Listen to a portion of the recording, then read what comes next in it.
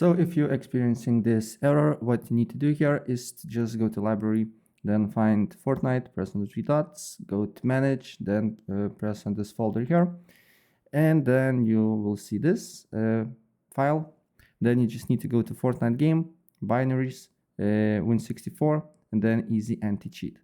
Then what you need to do here is to right click on easy anti-cheat iOS setup. Then you just need to press show more options, create shortcut. Then shortcut will be created. Then what you need to do here is to right click on it, go to properties, and under the target here, you just need to press space here and press write repair, right? Press apply, okay. Run easy anti-cheats new shortcut. And after that, the game will be working if you just press this and the game will turn on.